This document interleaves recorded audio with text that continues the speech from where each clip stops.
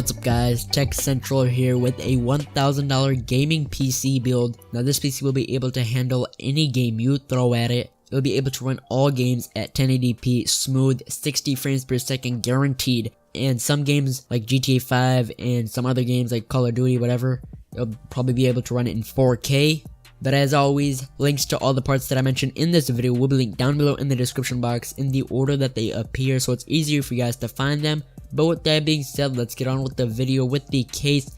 The case I went is the NZXT S340 mid-tower computer case. This case is currently going for $65. This is a really good mid-tower case. It is constructed out of steel and ABS plastic. It fits all types of motherboards including ATX, micro ATX, and mini ITX motherboards. It has 3 3.5-inch internal bays and 2 2.5-inch internal bays for storage. It has 7 expansion slots. On the front of the I/O panel, it features 2 USB 3.0 ports with 1 audio port and a microphone port.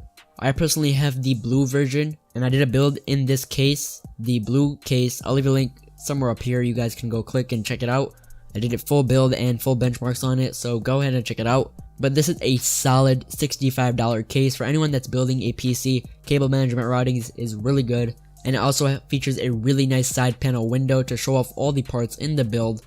Powering all of the components will be the EVGA600B1 80+ bronze certified power supply. This is going for $40, which is an incredible deal. This power supply leaves rooms for any future upgrades. It's 80+ bronze certified, which is really good, with up to 85% efficiency under typical load. This power supply will be enough to power all the components in this build.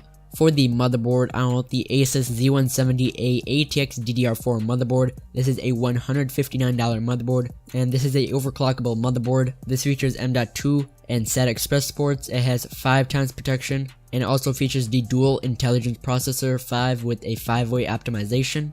And I paired this bad boy with the Intel Core i5 7600K LJ1151 processor. This is from the new Kaby Lake lineup from Intel. This is a really good processor. This is going for $240. This is a quad-core processor that is clocked at 3.8 GHz. It features 6 MB cache memory. And this processor is unlocked, which means you can overclock it. So the motherboard I picked is capable of overclocking this CPU.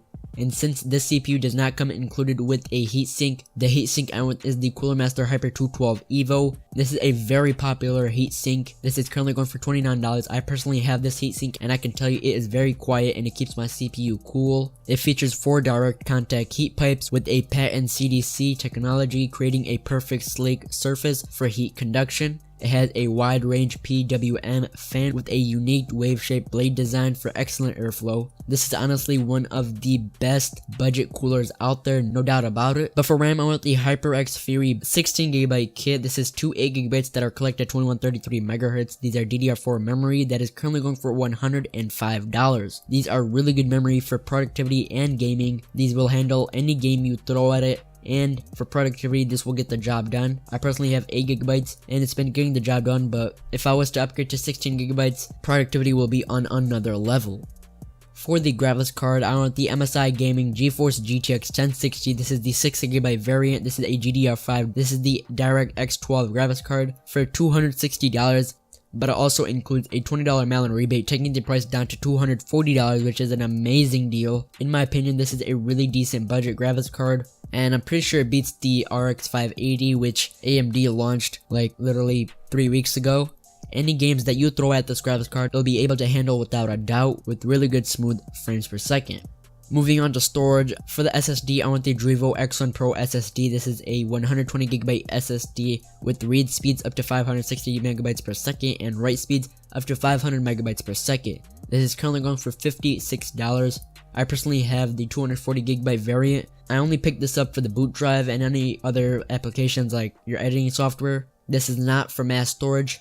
For mass storage, I want the ever so popular WD Blue 1TB hard drive clocked at 7200 RPM. This is currently going for $50. I basically use this in every single one of my builds because it is one of the best bang for buck hard drive out there. I mean, you could get the Seagate Barracuda 1TB hard drive. They're basically the same price. Depends on whichever one you guys want. They both provide the same mass storage.